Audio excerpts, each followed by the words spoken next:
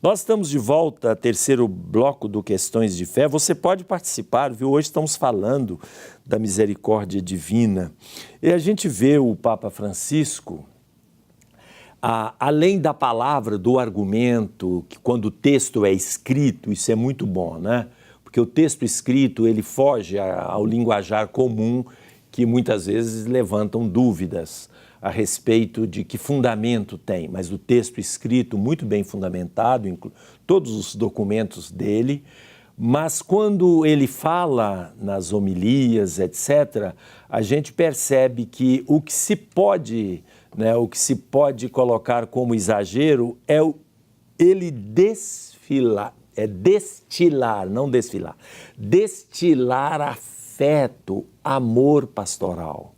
Isso é muito importante, é o coração de pastor mesmo, né? Isso na igreja é muito comum. Por exemplo, Tertuliano, do século II, ele era um exímio teólogo, o primeiro teólogo latino da Trindade, que nos ajuda muito. Ele criou uma nova linguagem por causa do cristianismo. Ele criou 1000 e tantos vocábulos novos em latim para definir a Trindade, que ficaram no vocabulário nosso, né? Pessoa, natureza, e assim por diante.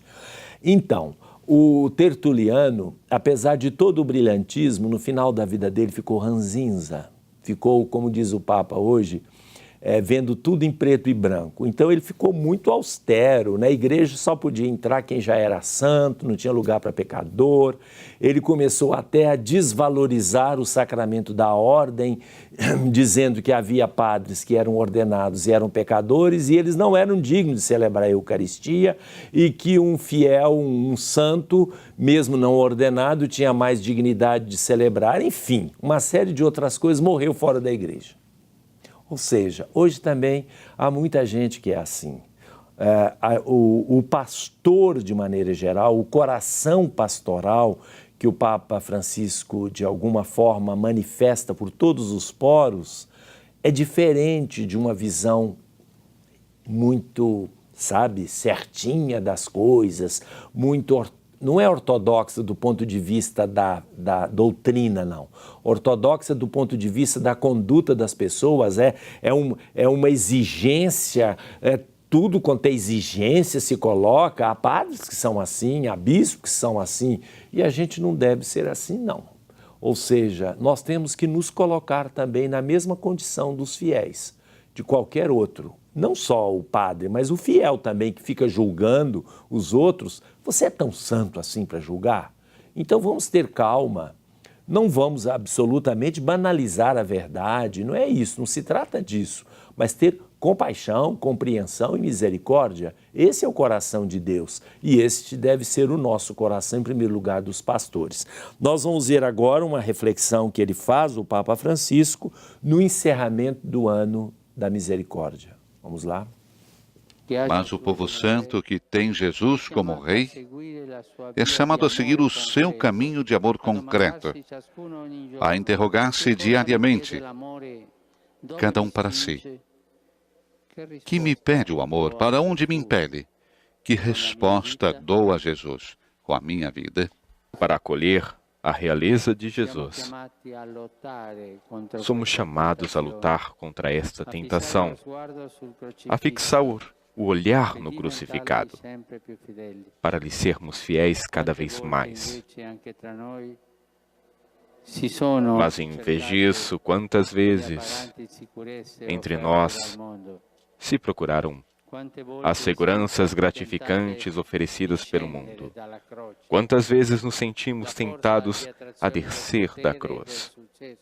A força de atração que tem o poder e o sucesso pareceu um caminho mais fácil e rápido para difundir o Evangelho, esquecendo depressa como atua o reino de Deus. Este ano da misericórdia convidou-nos a descobrir novamente o centro, a regressar ao essencial. Este tempo de misericórdia chama-nos a contemplar o verdadeiro rosto do nosso Rei, aquele que brilha na Páscoa, e a descobrir novamente o rosto jovem e belo da Igreja, que brilha quando é acolhedora, livre, fiel, pobre de meios e rica no amor, missionária. A misericórdia, levando-nos ao coração do Evangelho, anima-nos também a renunciar os hábitos e costumes que possam obstaculizar o serviço do Reino de Deus, a encontrar a nossa orientação apenas na realeza perene e humilde de Jesus, e não na acomodação às realezas precárias e aos poderes mutáveis de cada época.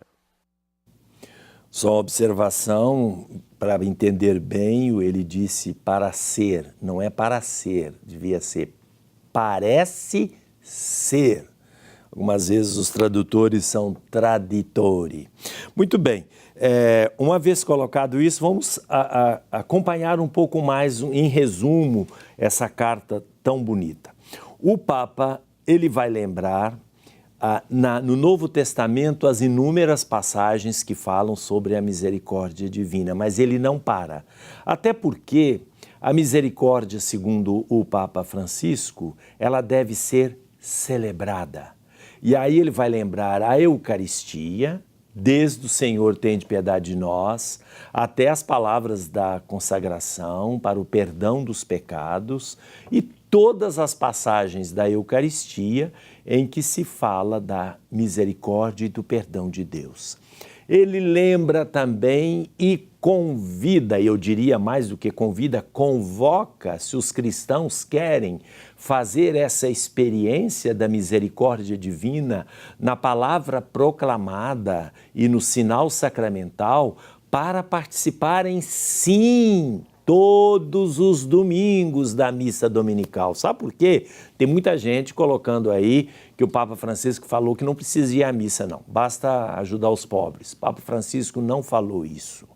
Quando se fala assim espontaneamente, sem ter muito cuidado, até por causa da língua, né, como nós vimos aí uma tradução mal feita, as pessoas podem entender errado. Quando ele disse, melhor, não adianta nada ir à missa aos domingos se a pessoa não faz o bem ou não visita, enfim, eu não sei exatamente. Mas não foi isso que ele quis dizer. Não foi que agora as pessoas podem deixar de participar da Eucaristia. A Eucaristia é a fonte de onde brota a nossa vida de misericórdia, de amor aos pobres e qualquer outra praxis cristãs brota da nossa união com o Senhor, e ele fala isso em todos os documentos, ele não pode estar se contradizendo. Então, por isso, ele recomenda que todo domingo, na liturgia da palavra e no sacramento da Eucaristia, os fiéis têm esta oportunidade e devem aproveitar dela. Mas ele fala também de todos os outros sacramentos, não só da Eucaristia. Ele vai lembrando todos os outros sacramentos onde a misericórdia se manifesta pelo sinal sacramental e pelas palavras que acompanham aquele sinal. Todos os sacramentos, e ele destaca 2 sacramentos. Ele destaca o sacramento da cura e o sacramento da reconciliação. Depois nós vamos falar um pouco mais especificamente sobre o sacramento da reconciliação no próximo bloco. Mas agora eu quero dizer que ele valoriza muito o sacramento da cura, que é a unção dos enfermos, e ele, para nós padres, ele incentiva, ele motiva, ele convida a termos assim um grande carinho por este sacramento, o sacramento da unção dos enfermos, e depois vamos falar o da reconciliação, que é o sacramento da confissão.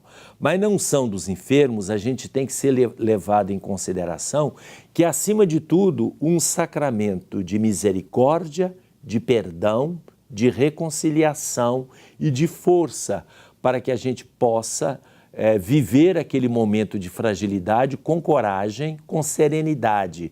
Uma coragem e uma serenidade que, unidas à graça e à bondade e à vontade de Deus, pode nos devolver a saúde. Então, a valorização deste sacramento é muito importante, que não deve ser conferido quando as pessoas já estão morrendo, mas que numa doença séria, a gente pode e deve se recorrer a este sacramento de cura, que é o sacramento da unção dos enfermos. Ao invés de ficar falando muito de cura, libertação, que existe por aí, né, que é uma coisa mais surgida da cabeça das pessoas, a igreja tem o sacramento da cura. Ela tem a unção como sacramento de cura, que deve ser conferido em determinadas circunstâncias em que se manifesta a presença misericordiosa de Jesus ao nosso lado, como ele se manifestou quando os doentes recorriam a ele. Além disso, o Papa também insiste que a gente possa preservar para sempre agora o 4º domingo da Quaresma, naquele programa que foi criado no Ano Santo, que ele recomenda que se continue nas dioceses, não é em cada paróquia, é nas dioceses, 24 horas para o Senhor. Normalmente aqui em cada forania nós tivemos, nesse ano que está acabando, né, no tempo da Quaresma deste ano, na quarta semana, no 4º domingo da Quaresma, nós tivemos em cada forania uma igreja que se colocou para o sacramento da reconciliação, da penitência, mutirão de padres durante 24 horas. Chama-se 24 horas para o Senhor, que o Papa aconselha que continue. No próximo programa, nós vamos falar mais especificamente sobre o que deu grande, problema, digamos assim, que foi sobre o sacramento da reconciliação. Voltamos daqui a pouco.